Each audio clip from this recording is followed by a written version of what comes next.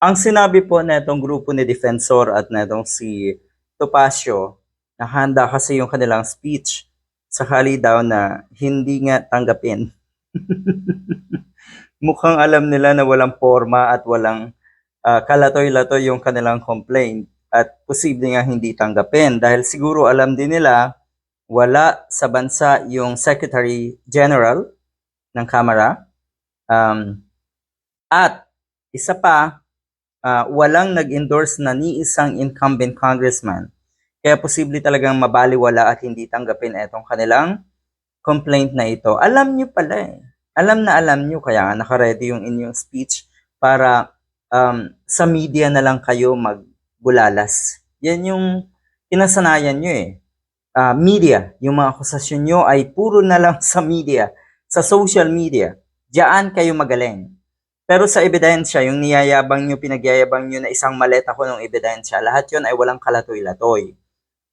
Dahil kung titingnan daw ng marami, maigi pa yung impeachment complaint, yung pangalawa ng Makabayan Black, may konting laman, may konting forma, pero eto walang-wala. Kasi ang sinasabi, ang dami daw sinasabi pero walang kwenta naman ang mga allegations.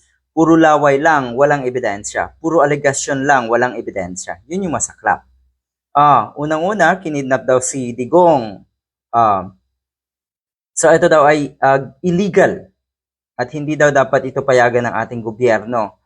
At syempre, meron din silang aligasyon. Yung number one evidence nila dito sa aligasyon na ito ay yung statement daw ni PBBM noong INC rally na bangag nga daw na sa Malacanang. Ang tagal-tagal na netong aligasyon na ito. Ang dami niyo na pong naimbento na kawalang hiyaan na kuno ay ebidensya pero puro palpak. Tapos yung corruption allegation nga daw, ang magiging testigo nila, ang basis nila ay si Saldico. Napakababaw talaga. Ang pinakamalala, wala nga daw ni isang kongresista, incumbent congressman, na nag-endorso dito sa kanilang complaint. So ayan, sa media sila nagpaawa. Sa media sila, tila ba humihingi ng simpatya itong mga ito na kampihan sila. Expected na ang kakampi at maniniwala sa inyo ay yung mga diehard na lang. Pero yung iba, yung mga kababayan nating matitino, pinagtatawanan kayo.